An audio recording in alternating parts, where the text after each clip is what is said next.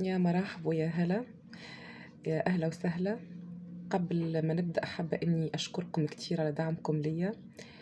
أنا صراحة اتفاجأت كتير بتفاعلكم معاي في الفيديوهات اللي فاتت بشكل كبير. بشكر كل الناس اللي تواصلت معايا وعرضوا عليا خدماتهم ومساعدتهم، وكل الناس اللي تعاطفت مع قضيتي. عن جد كتير. أنا بشكركم. احنا وقفنا في الفيديو اللي فات عند استدعاء أحد الجهات الرسمية لرجل أعمال إماراتي لتحقيق في نوع العلاقة اللي أو نوع العمل اللي بينه وبين طليقي اللي يخليه يرسل له مبالغ كبيرة بالشكل هذا.